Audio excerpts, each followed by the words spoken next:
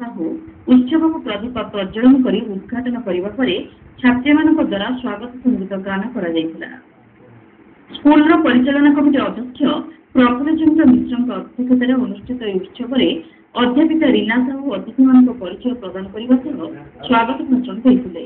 School अध्यक्ष engineer Shivprasad मिश्र वार्षिक विवरणी पाठ करते।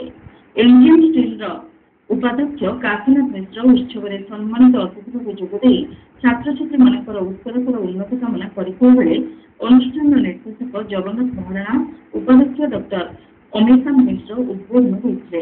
मुख्य अतिथि अतीश कुमार साहू निज वक्तव्य दर्शाई कि अनुष्ठान और शिल्प प्रतिष्ठान मध्य समन्वय रखिले समस्त उन्नति हो पार। वैषयिक अनुष्ठान प्रतिष्ठा करने सरकार आग्रह रही। वर्तमान राज्य में 110 इंजीनियरिंग कॉलेज रही बेले समानुपातिक भाव डिप्लोमा और आईटीआई अनुष्ठान रही। छात्र छात्री मानक उच्च शिक्षा राज्य में अधिक सुविधा रही। पिलामाने चाकरी पछरे न गुड़ाई शिल्प अनुष्ठान प्रतिष्ठा कले कर्मसंस्थान अभाव रही से मत पोषण करते।